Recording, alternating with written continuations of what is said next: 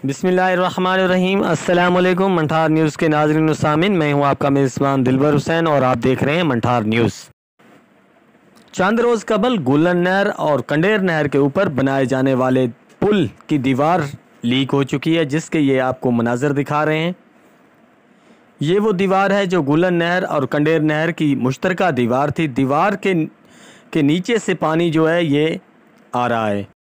दीवार शुरू दिन से ही लीक थी, लेकिन महकमे की जानिब से किसी किस्म की कोई कार्रवाई नहीं की गई।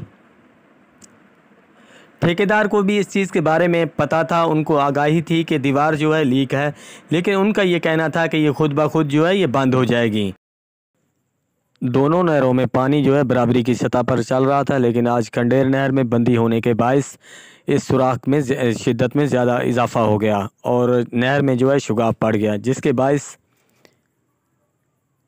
दुकान भी गिर गई और जो 7 दरख्त थे वो भी गिर गए। ये आपको लाइव मनाजर दिखा रहे हैं मंठार न्यूज़ की स्क्रीन पर।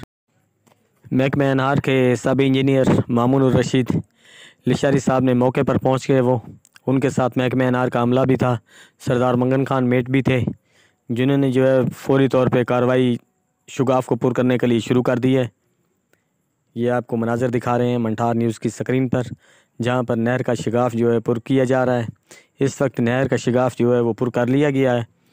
ये आपको मनाजर दिखा रहे हैं।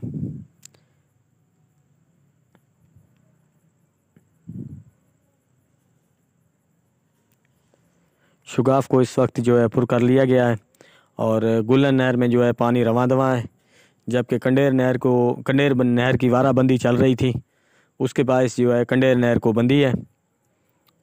लेकिन इस वक्त ये आप लाइव मनाजर देख रहे हैं, जहाँ पर महकमा अनहार के सब इंजीनियर मामून रशीद, सरदार मंगन खान मेट और अमला मौजूद है, जो नहर का शिगाफ पुर कर रहा है और पुर कर लिया इस वक्त।